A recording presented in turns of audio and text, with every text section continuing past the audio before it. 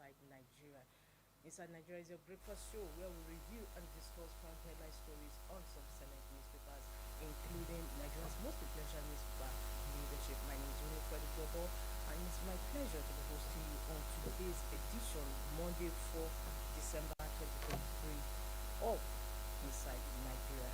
Of course, as you can see on this studio on the table, I have an array of newspapers all for your review on this first segment of the show. And of course, we like to flag off with Nigeria's most influential newspaper, Leadership. Leadership's leading story today, Monday, December 4th, 2023 says 400 billion naira state pension backlog threatens workers' retirement plan.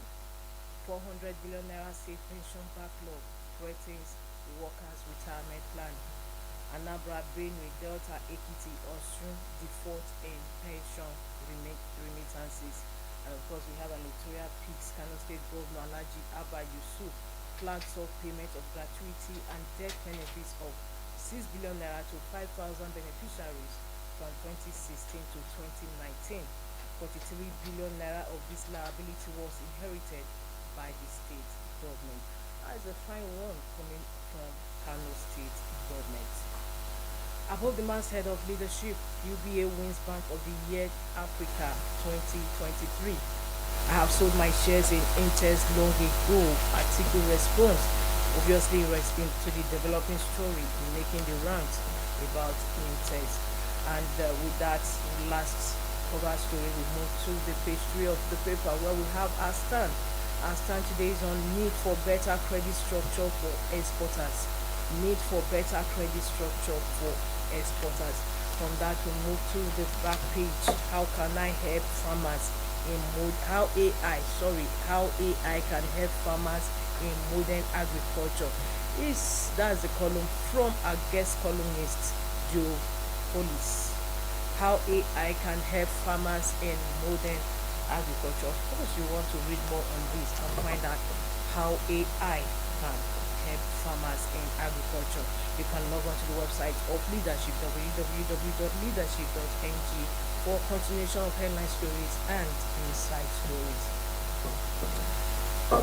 From Leadership, we move to Let's Talk Business. Same on business, The Guardian. Guardian's leading story says over 60 refinery licenses inactive 18 years after as few import thrives. Over 60 refinery licenses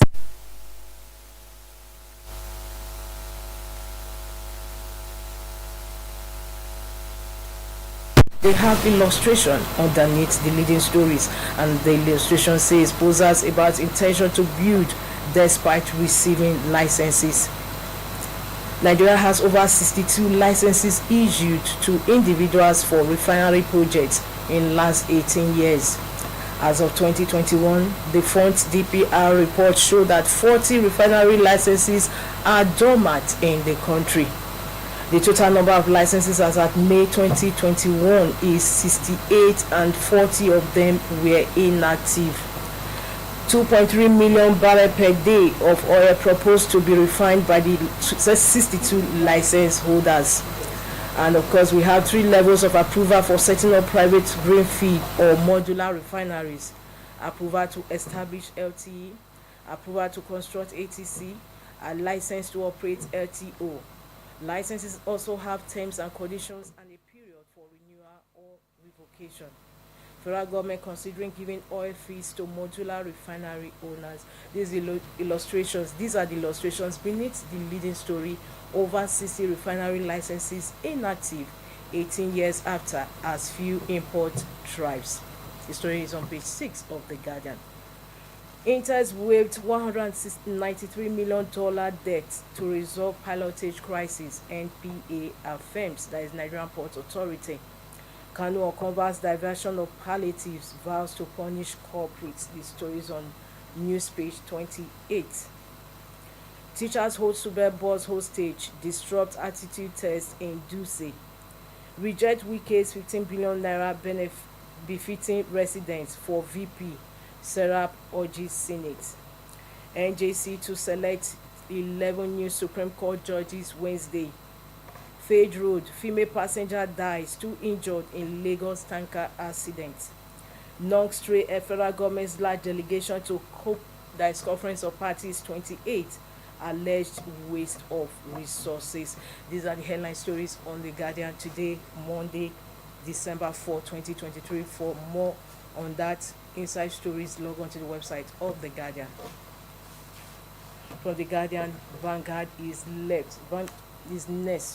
Vanguard leads with Oprah over Nigeria's 1,411-man delegation to Conference of Parties 28.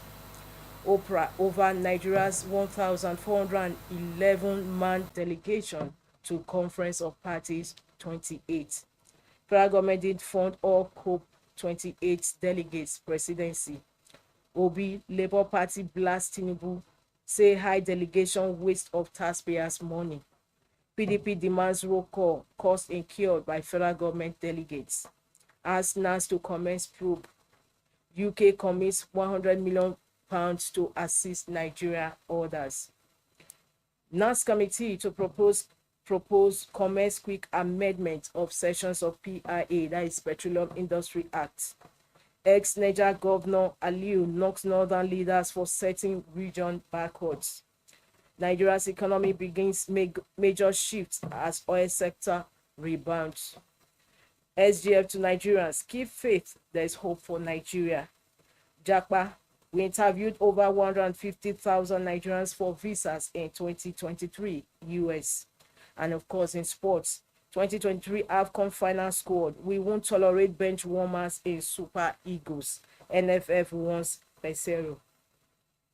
With that, we move up to the stories about the masthead of Vanguard, how Intez waived $193 million debt to resolve stalemate over pilotage contract, NPA, that is Nigerian Ports Authority. I won't benefit from federal government's reinstatement of Intez contract, Atiku. NJC names new 11 justices for Supreme Court this week. And of course, in the Monday interview, we have Alarm Bears, the killer effects of inflation on the economy by Muda Yusuf. This is on page 22 of Vanguard. So for continuation of these headline stories, inside stories, the commentary, and of course the back page, log on to the website of Vanguard. From Vanguard, we move ahead, and this day is next on our menu. This day says NPA, that is Nigerian Ports Authority. Nigeria will save $326.89 million from agreement with Intez. Says private firm waived $193 million debt. Discloses huge revenue loss to NPA's handling of pilotage. Praises Oyetola for putting Nigeria first. Article insists divestment in company not reversed. Declares new directive won't benefit him. PDP criticizes federal government over 1,411 delegation to Conference of Parties 28. Obi urges production, not waste. Presidential aid, their participation is very important, not for jamboree. Fashola, Nigeria living on infrastructure built in 70s, requires $2.3 trillion till 2043. The story is on page 10 of this day. InfraCorp secures 1 GW solar PV manufacturing plant D. The story is on page 6 of this day. InfraCorp secures 1 GW solar PV manufacturing plant D. Federal government, no worries, Nigeria will surpass OPEC's 1.5 million barrel per day oil quota in 2024. Baker Halls to invest in Nigeria's refineries after meeting with Lobiri. For more on that, log on to the website of This Day, www.thisdaylive.com. From This Day, we move over to our sister publication, which is the last paper for review on this first segment of the show, and that is the national economy. National economy's leading story this week says 28 million housing deficit. 75% surge in building materials cost compounds housing shortage. 28 million housing deficit. 75% surge in building materials cost compounds housing shortage as developers, homeowners struggle with abandoned projects. AFDB reviews Nigeria orders economic forecast for 2024. It's a story that continues on page 5 of National Economy. Above the masthead of National Economy, 80% rise in food importation, alarming federal government. Excessive debt repayment can hurt Nigeria's economy. Experts. The story is on page 5 of the National Economy this week from Monday, 4th of December to Sunday, 10th of December 2023. For more stories on the national economy inside story, log on to the website www.nationaleconomy.com. Well, viewers, this is where we end the first segment of your Monday program, Inside Nigeria. Of course, we have our in-house guests already in the studio to throw more light on some of the headline stories. Don't go away. We are coming back. My name is Unifed once again. See you.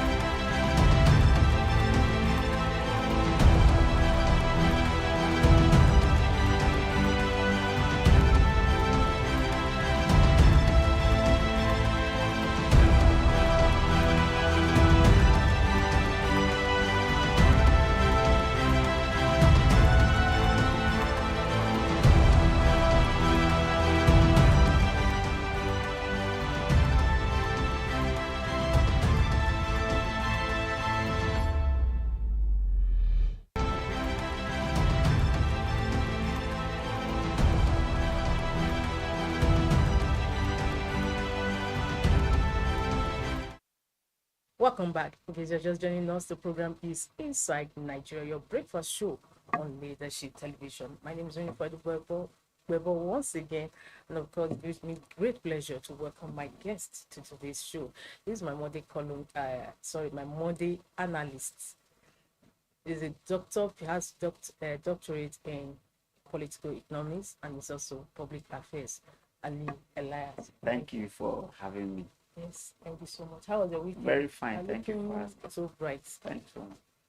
Yeah, welcome back. We are going to be looking at some headline stories that with some select newspapers, and of course, we want to discuss the developing story, the story that made the rounds over the weekend, talking about Nigeria's 1,411 man delegation to a conference of parties 28 that took place in Dubai. And of course, this has continued to generate so much controversies among some sections of Nigerians. While some Nigerians are saying that Nigerians, presently when Nigeria is grappling with so much hardship and pains, our government is being insensitive to the situation at hand by taking 1,411 man delegation to COP28. Right. Thank you so much. The challenge of numbers of Nigeria going to COP28 is not the problem. Okay. How many is Nigerian government sponsored? That's what the Nigerian government should come out and but explain. The federal government has not actually said. No, they said above 100. Why some? They said. Did you actually see that delegation as they were going? I saw some extra from Arise Television. Right. If you look at it, it's quite huge. It's not huge. It's not high in number. It's the number of Nigerian federal government delegations what matters. A country like Brazil is sending 3,000 and they're developing a country like us, you know. But the thing are is, they grappling with the same economic? Do they have the same economic reality? Nigeria government said from the development so that I still get to know that they sent about 100.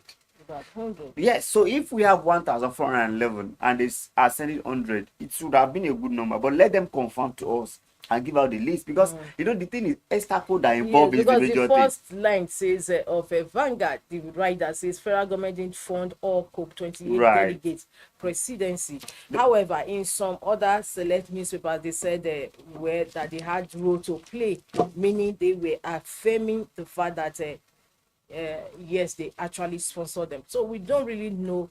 Now to balance the story itself, now remember that immediately COP27 finished, 28 plans begin. These days says their participation is very important. Right. That's what I'm trying to say. So immediately the COP27 finishes, you know, 28 began planning. Yes. So right, even before this present government, there is always plan. Remember, it's even the civil servant that prepare all these things, that they will now take it to their minister to really sign it. So that's Nigeria have delegation there. It's not bad. What number? So if Nigeria is sending exceeding, okay, let me use William Ruto of Kenya. They sent 140 delegate to him that is going. He said no.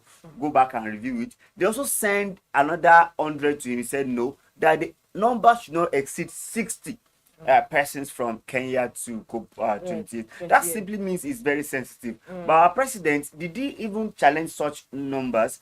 You know, these are the things we need to know. Perhaps we agree that we are supposed to be there because of the climate issue and what have you. But the thing is, the number is what we are actually looking at. Perhaps Nigeria is a big country, and there's an argument also that we have about 7 climates system in Nigeria. So we have 7 climates. Yeah, and well, seven vegetation, so to say. You know, some countries just have 2. You know, so sometimes you need to like go with people that understand each one. But that's not even the issue. The waste itself is in the if federal government is sending above 100 to this. You remember hunger? President Tinubu shows good leadership then. I wouldn't know if he's resting on his horse now. You know, then he said, if you don't have any business doing in hunger, don't follow us. And you see the delegation, very, very small delegation, and it was very, very impressive. So for me, however, I think there is need for us to look at the numbers, and they should come out clean and give us the number federal government is sponsored. Because if you look at the cost of going to this ESTA code, some of them will collect $900, some 1,000, some 500, some 600. If you bring it together, it will have given a lot of primary health care, solve a lot of poverty problems. So that's why we said they should be sensitive. Perhaps this government look as if they are not sensitive enough, because Nigerians are paying more to sacrifice for this government. You also want the government to also pay more to sacrifice for this. So I want a balanced issue, so that at least we can say, yes, this is balanced situation. I think what also came to my mind, I was like, okay, maybe because compared to maybe United Nations or Dubai, that is in New York, US, maybe because Dubai is not so expensive, talking about flights and all whatnot. Is that what informed the large delegation? I wouldn't agree that Dubai is not expensive. If you look at even be Dubai, be America, you still get the same ESTA code. So will you say the ESTA code for Dubai will reduce compared to America? Perhaps we have to like prioritize all what we need to do. At this point, Nigeria is grappling with economy, survivor, you know, eroding of the purchasing power. So we think government should be sensitive and come clean.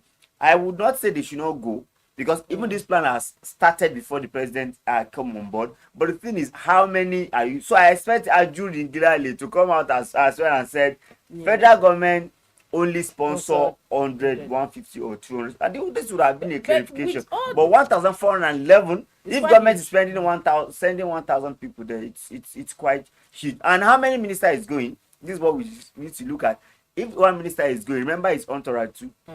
You have to go with media team and other team as well. So these are the things we need to look at. But I think going forward, our President Tinubu need to look at these very issues and use it to also be conscious of other travel. Because even for me, President Tinubu enjoy travel a lot, if you ask me these days, because everywhere it seems to be traveling anyway. There are some things that you can even delegate and send people. But of course, the VP has been doing that too. So that's what we need to but do you think with what is just playing out, like the federal government is sensitive enough to the hardship Nigerians are going through?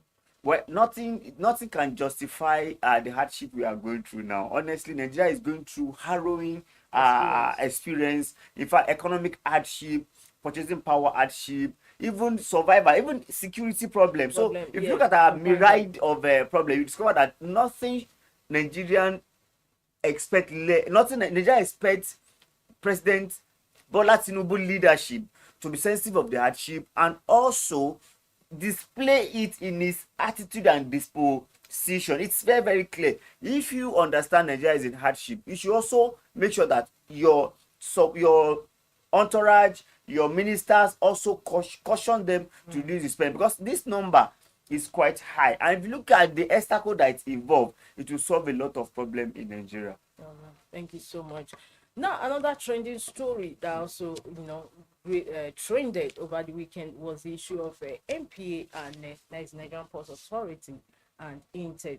To the surprise of many, we saw documents emanating from purportedly emanating from NPA resigning on Intels, which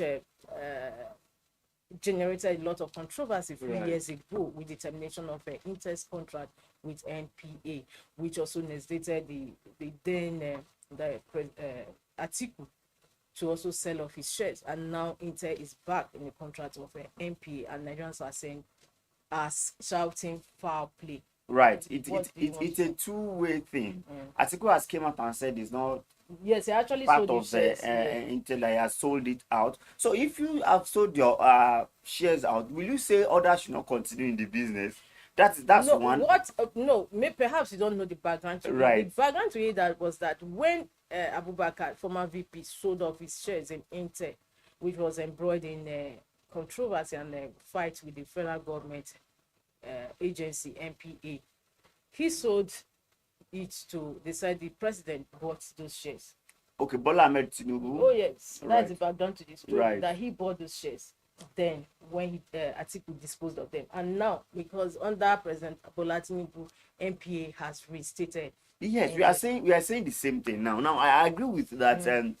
Because of some challenges, maybe political challenges, let's put it that way, Atiku Abubakar decided to opt out of the business. Perhaps it's an ongoing business. Someone else can purchase the same business and negotiate differently from what you're negotiating and use power. So now that's what we should now examine now is that how has Tinubu used his power to influence the decision of NPA. But you wouldn't blame NPA too. Who is their boss? It is Tinubu, and that's the problem we are having in Nigeria. You know, party government.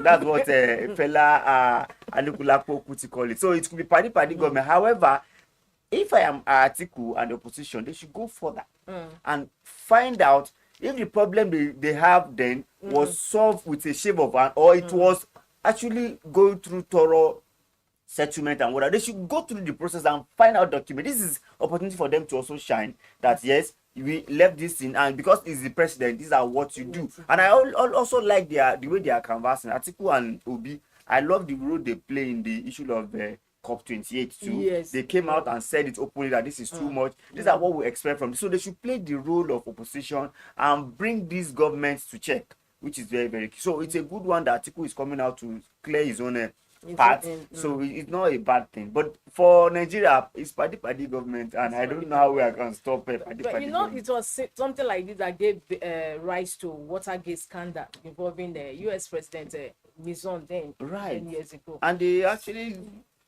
So is Nigeria ever coming to that Dorado state that private interests will be divorced from government? It's saddening that in our climate it's pretty difficult to get to that level, and that's why we want Tinubu to show a good example.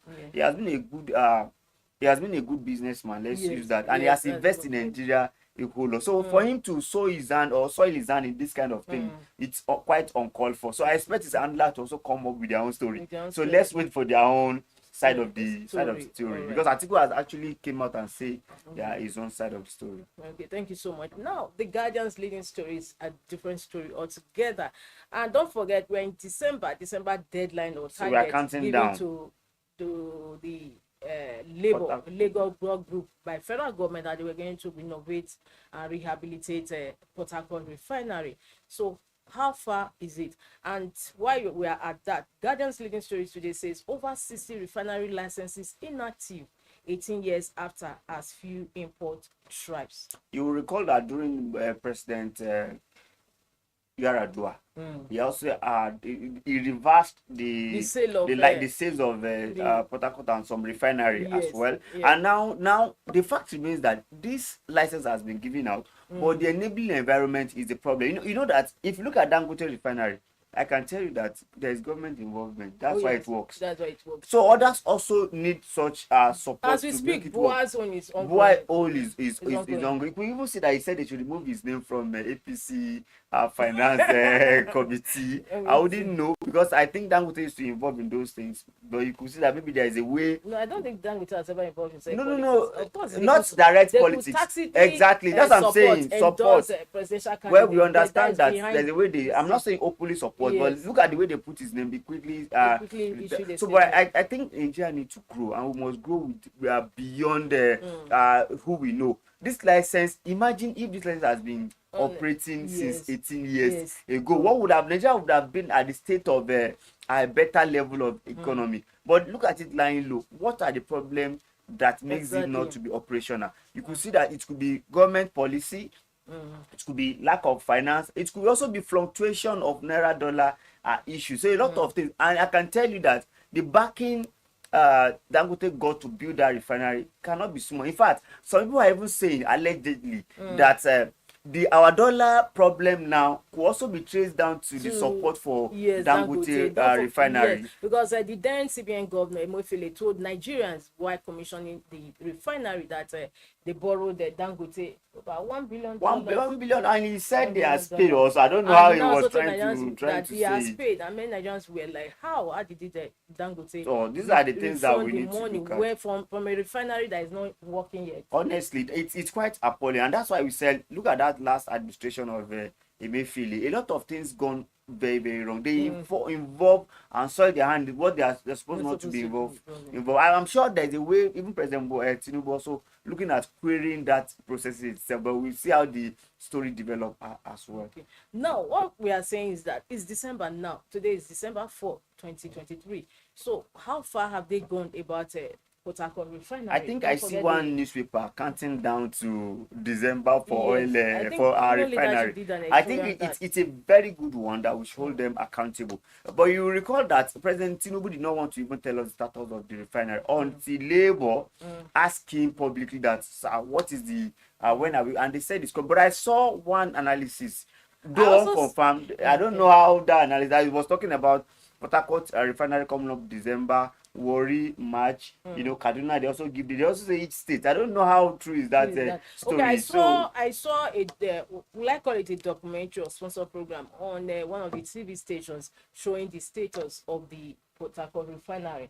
They were actually taking trip down stock of what they have done so far and what as they are upgrading it, what is being expected. I think if Labour wants us, when watching it, I was like, wow, these refineries, they are not as old and moribund as I thought. Not at all. It's just our disposition to it. But I think we should call on Labour at this point in time to please follow up this refinery day to day. I used to expect them to have a kind of dashboard that they used to, update Nigeria. By so doing, the federal government will also be on their toes to make sure they work. So we shouldn't see Labour on sensational issues or political issue. They should also come for an issue that is going to benefit the generality of Nigeria. I don't know if you've been to some filling stations in Abuja presently.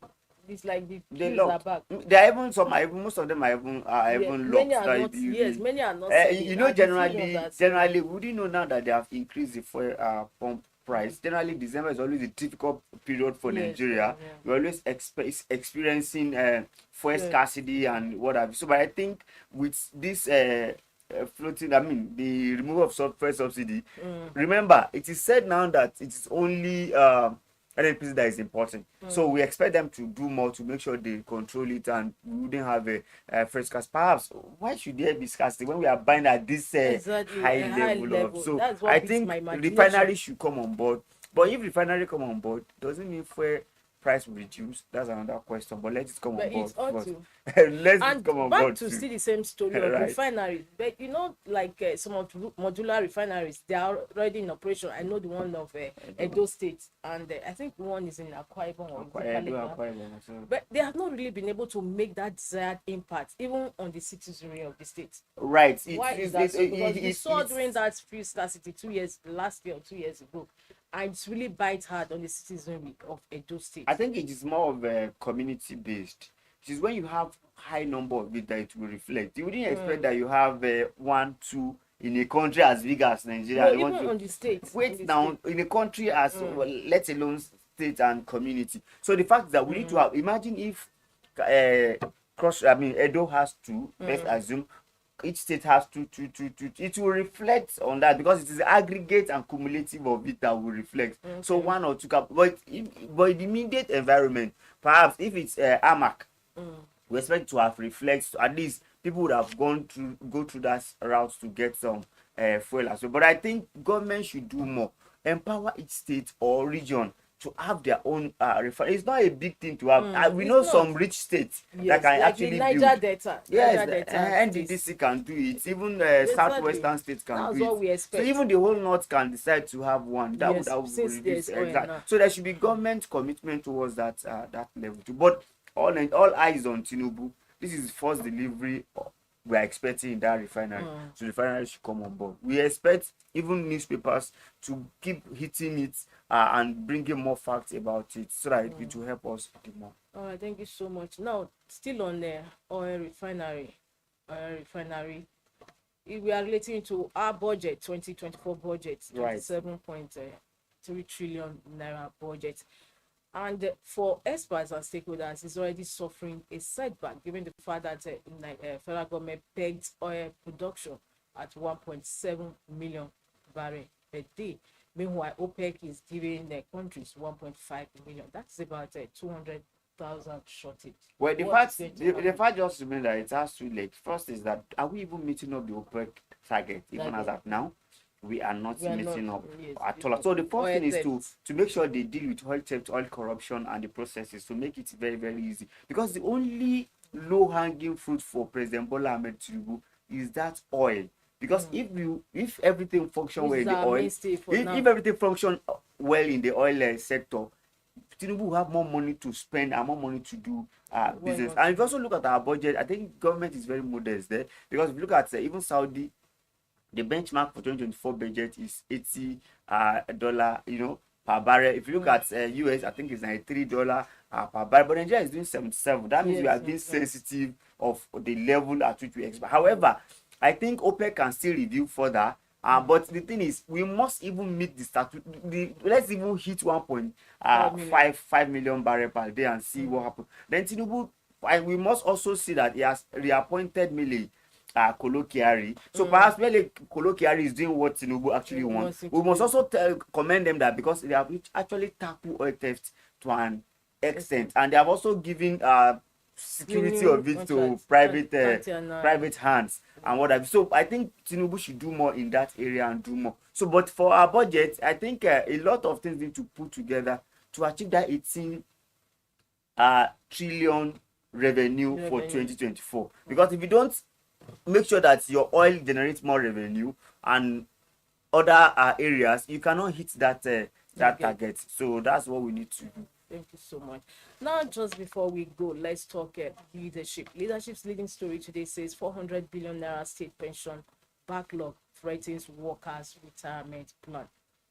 Anambra, Benue, Delta, Ekiti, Osun default in pension remittances. It's quite appalling that we have that issue ongoing in Nigeria, not only government, even from private sector. Yes. So what actually happens is that most government, they will say they will pay it in backlog, and before you know, maybe another government will come, or they will not be able to meet the obligation because they are rationing money and they are not prioritizing salaries and pension. And we even have federal government borrowing from pension. It's not even it's not bad.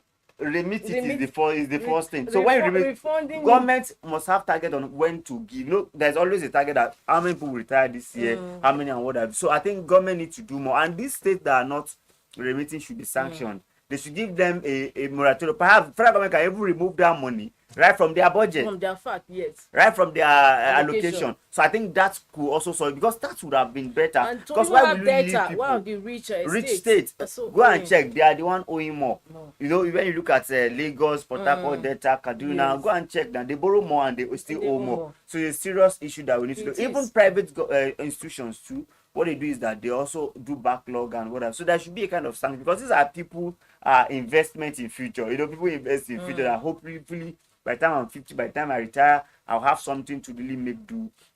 So I think these are the important things that federal government need to do. So I suggest that federal government should remove it from their fact if they fail to remit more than a particular period of time. All right, thank you so much. That is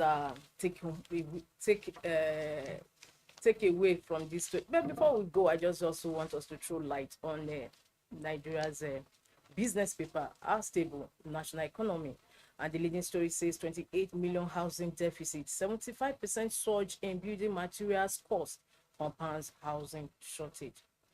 It is expected. If you go to anywhere in Nigeria now, you see that building material very expensive. Very, very expensive. However, And you wouldn't blame cement, that. the issue of cement, BUA Right. did announce that they were slashing their prices, and of course, Dangote followed suit. But I don't know how true is that. The because, fact is that there were reports that BUA no, is that one- not the leading in that Cement. area. Dangote is the leading. So perhaps if you do that, it may not reflect as expected. And Dangote, However, as an market organization, prices, also people want will to frame. tend to go to BUA and What is the capacity of the BUA itself? You know, you have to look at the capacity too. You know, if somebody is bringing 20%, somebody is bringing 80%. So 80% will also have will always have that. Perhaps I expect them to even work as cartel, but it's good that they don't work as cartel. It's to the favor of Nigeria. So I think that's. But however, you agree with me that cost of rent now is very extremely high, extremely and high. cost of building itself is extremely high, and there is no availability of however, federal housing authority are these owners, house owners, are they expecting to just reap profits in one first swoop? But the fact remains that they're also in the same economy. They also want to transfer what they are spending to their house. So that's the thing. You can't just hope to benefit or make all the profits in 1 year. But I think Lagos State is regulating the cost of rentage in Lagos. So I think if we can also have a national way of regulating that. You know, some people will say it should be in fact, administration in Abuja is even worse. They will tell you to pay 2 years. Yes. You know, before anything, and the agent fee and what have you is very humongous. So I think Wike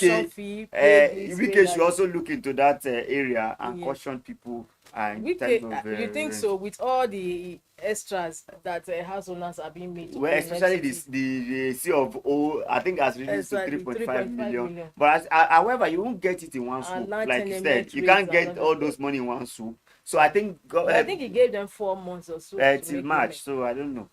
I hope people can meet up. So are we ever going to have a good housing system? Until federal government is deliberate in creating more mass housing. That's why we will always say good of Abacha when we talk about Gwarimpa. Yes. You know, imagine if successive government have been building places like Gwarimpa. I learned he was going to have that in some zones.